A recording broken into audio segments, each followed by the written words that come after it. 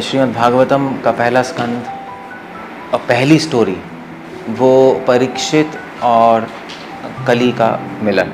यहाँ से भागवतम ऑलमोस्ट यहाँ से शुरू होती है। पहली स्टोरी तो व्यासदेव है, सुखदेव गोस्वामी घर से निकल गए, बट भागवतम का मैसेज यहाँ से शुरू हो रहा है। कली और परीक्षित मिले और कली एक बैल को पीट रहा था और वो बैल के 3 पैर तोड़ दिए थे। और तो परीक्षित में राजा है, परीक्षित ने कहा कि मेरे राज्य में बैल को कौन मार रहा है। परीक्षित ने तलवार निकाली उस कली को मारने के लिए। कली जो कि उस टाइम एक चंडाल के भेष में था।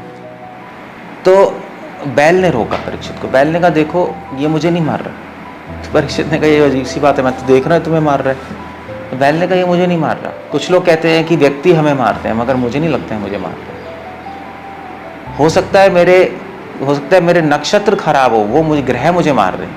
कुछ लोग ऐसा कहते हैं इसके द्वारा, मगर मुझे लगता है ग्रह भी मुझे नहीं मार रहे।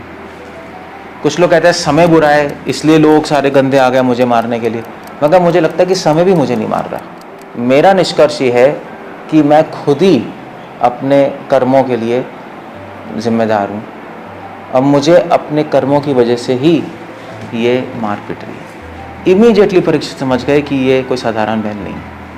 उन्होंने प्रणाम किया। उन्होंने कहा साधारण बैल तो लग नहीं रहे, ऐसे तो कोई बात कर ही नहीं सकता इतने ज्ञान की। तो वो बैल कौन था? वो धर्मराज थे। सो वहाँ पे एक पॉइंट था।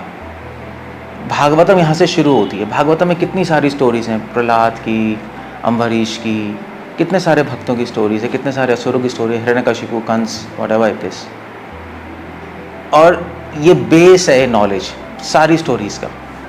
जो असुर हैं वो सोचते हैं कि हमें दुख मिल रहा है इससे लोक से, ग्रह से, नक्षत्र से, समय खराब है, ये सोचते हैं। जो भक्त है अम्बरीश, प्रहलाद जैसे भक्त, वो सोचते हैं हमें अपने ही कर्मों की वजह से हमें दुख मिल रहा है, और इसीलिए वो खुशी खुशी उस दुख को सह लेते हैं। और बल्कि सहते ही नहीं, एक स्टेप ऊपर जाते हैं कि ये भगवान की कृपा है। अगर हमें स्टोरी नहीं समझ आएगी तो हमें कोई भी भागवतम समझ नहीं आ सकती। इसीलिए अगर हमारी लाइफ में भी कभी कोई प्रॉब्लम आए या कुछ हमारे साथ होता है तो हमें किसी को ब्लेम नहीं करना चाहिए। हमें हमेशा सोचना चाहिए कि हमारे कर्मों की वजह से ही हमें दुख मिला है, और ये शायद दुख हमें इसलिए मिला है कि जिससे हम इसे सीखें कि हम दोबारा से बुरे कर्म या जो भी हमने किया है ना करें। और यही भगवान की कृपा है कि हम पे ऐसे हमें दुख दे रहे हैं, हमें शिक्षा देने के लिए। ये अगर हमें शिक्षा मिल गई तो पूरी भागवतम हमें यूँ समझ आ जाएगी। अगर हमने दिमाग में नहीं रखा है तो भागवतम कुछ भी समझ नहीं आएगी। इसलिए भागवतम यहीं से शुरू होता है।